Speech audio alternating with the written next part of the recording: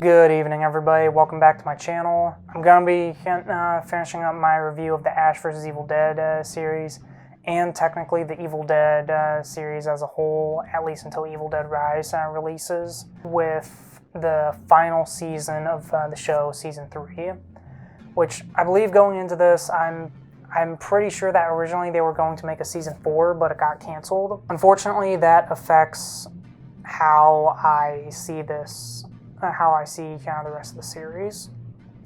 But I'll get into that because starting off with the things I liked, I mean, again, going off of the last two seasons, Ash, Kelly, Pablo, Ruby, like, all the mainstays are great.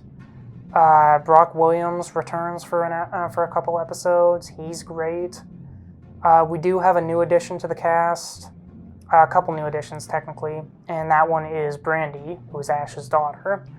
So Ash has like a new development this season, where he's trying to learn how to be a father. Because I honestly do believe that this was because of him like meddling with time back in season 2. He actually did not have a daughter until he screwed with time.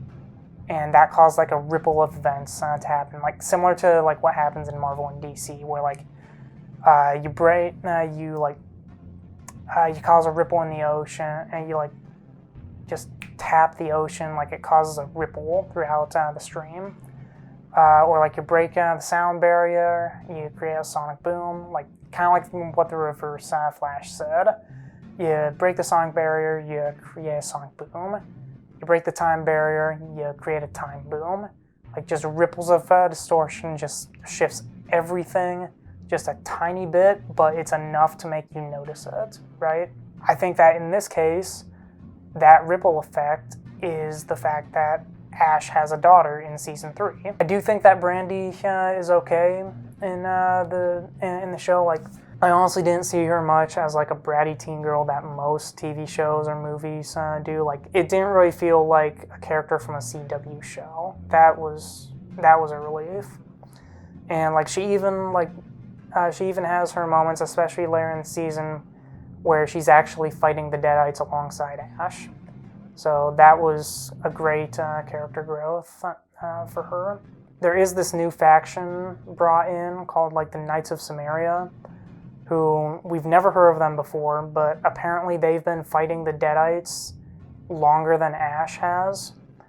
And apparently they tried to retcon that as like something that Brock has tried to tell Ash ever since season 2. They're actually kind of bad at killing Deadites, because like a bumbling drunk idiot like Ash can take them out just fine, but like these knights who worship Ash as like the hero, who like even the knights back in Army of Darkness, calling him like the hero who fell from the sky, like they worship him as like the chosen one, and they're not able to keep up with the Deadites. It's actually kind of comical. And again, I also got this other theory that like the main knight, I think his name was Dalton, might actually be a descendant of Arthur. I mean, I know that was never confirmed, but like, it's nice to think up stuff like that. It's really weird, like, just how quick the Knights are easily taken out. Ruby's back to being a villain. I mean, that was already hinted at in the season finale of season 2, but she's back to being a villain now. And this time, she actually is trying to, like, fight the Dark Ones, who, they're the overarching antagonist of the series. They're the ones who created, like, the Deadites, who wrote the Necronomicon. Ruby used to be one of them, but she turned against them. But she's trying to fight the rest of the Dark Ones by basically creating this clone of Ash, who is essentially just another version of evil Ash, by the way. But she does this weird like blood ritual that basically makes the clone of Ash like her spawn.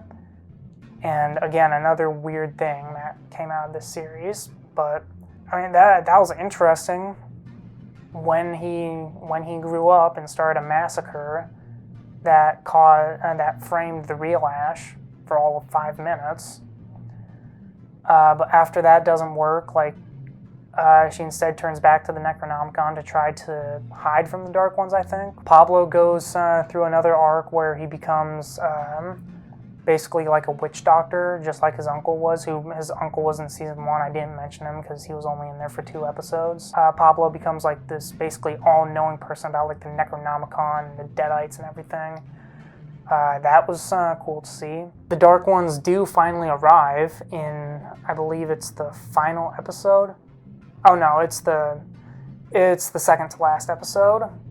And they summon like a gigantic, like 200-foot demon or whatever named Kandar, which, I mean, I guess that's where Castle Kandar got its name. The show basically ends with Ash fighting the giant demon alone by strapping the Kandarian dagger, which is something that was originally introduced in Evil Dead 2, came back throughout the series. He jury-rigs it to a tank shell, which kills the demon for good. And then he gets knocked unconscious, taken by the Knights of Samaria. He wakes up sometime into the future, where he's given like a new prosthetic hand that actually looks like a real hand. And he's partnered with this android lady. And they basically ride out into a post-apocalyptic world where they take the fight back to the Dark Ones. That's basically how the show ends, and I guarantee that they were going to do a season 4 where they were going to basically jumpstart off of what would have been the director's cut of Army of Darkness. Because I didn't mention this in my review of Army of Darkness, but the director's cut is very different than the theatrical cut. Because in the theatrical cut, like Ash goes back to working at S-Mart after like taking a sleeping potion that brings him back to his own time. Well, in the director's cut, he accidentally sleeps too long and he finds himself in a post-apocalyptic world. And basically the same thing happens at the end of the series, where he wakes up in a post-apocalyptic world. It basically looks like Mad Max, which I think is exactly what the showrunners said season 4 was going to look like. Basically Mad Max meets Evil Dead. I would have loved to see that. I think that would have been a great change of pace, especially since basically the main settings that we've had for the entire series has been either the cabin in the woods or just a suburban town.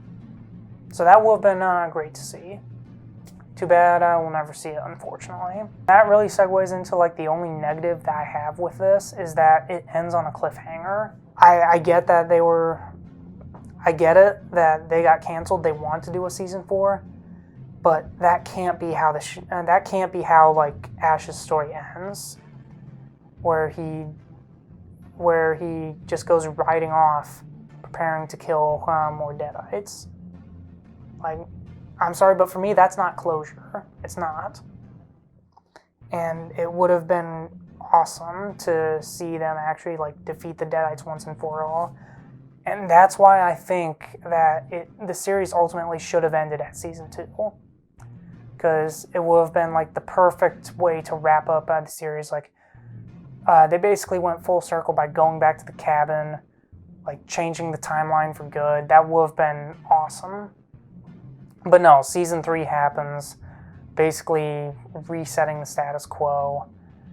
I mean, Ash gets rid of Pablo, Kelly, even his daughter Brandy at the end of the series. So it's basically just him now. I don't know if season 4 will have come around and we'll have seen like older versions of the character. I don't know. We'll never know now, and that sucks. But what sucks even more is something that I should have mentioned like back during my review of the 2013 remake, is that they were originally planning on doing a crossover with Ash and Mia. And even on April Fool's, technically, like at the time of me recording like all these videos, because I've done all of this in like a single night. It's now been a week now since Bruce Campbell actually posted on Facebook and Twitter of a picture of like his younger self as Ash being photoshopped with Jane Levy's Mia and Sam Raimi telling him to hit the gym. And if it wasn't April Fool's Day, I would have actually fallen for that, because that would have been so awesome to see Ash and Mia actually team up and fight against the Deadites. And they were actually going to plan that, where they would have made Evil Dead 4, that would have been a sequel to Army of Darkness.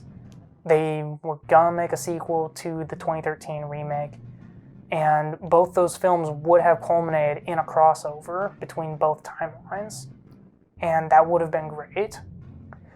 And it's a shame that we're not going to see Ash vs. Evil Dead Season 4. We're not going to see, like, Evil Dead 4. We're not going to see, like, a sequel to the 2013 film.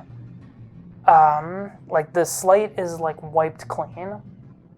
And I just wish that there was something, like, more that we could have gotten from that.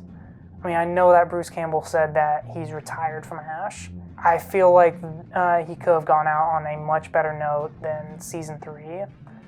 Like, as much as I liked it, as much as I liked the whole series, I still wish that there was something else that they did with it. Because it is fun watching him. Like, even when he's in a different film, like, say, Doctor Strange in the Multiverse of Madness, where he has, like, a 3-minute cameo, there's still that Ash DNA in there. Like, there's still that slapstick humor of like, Bruce Campbell being attacked by his own hands. There were some moments in that scene that were, like, ripped straight out of Army of Darkness. Like, where his face, like, gets smashed onto a hot stove and he has to use a spatula to scrape it off. I immediately recognized that from the Army of Darkness film. I guess coming off of this, the one thing that I'm hoping to see from Evil Dead Rise when I see it tomorrow is that I wish to God that there is something that, like, ties that film to all the other ones. Like, whether it's a Bruce Campbell cameo, or, like, even Jane Levy having a cameo, or, like, even both of those characters showing up at the very end. That would be great. But, I don't know, we'll just have to wait and see. With that in mind, that's my end of my Ash vs. Evil Dead series review. It is the end of my Evil Dead franchise review, at least until I see Rise tomorrow.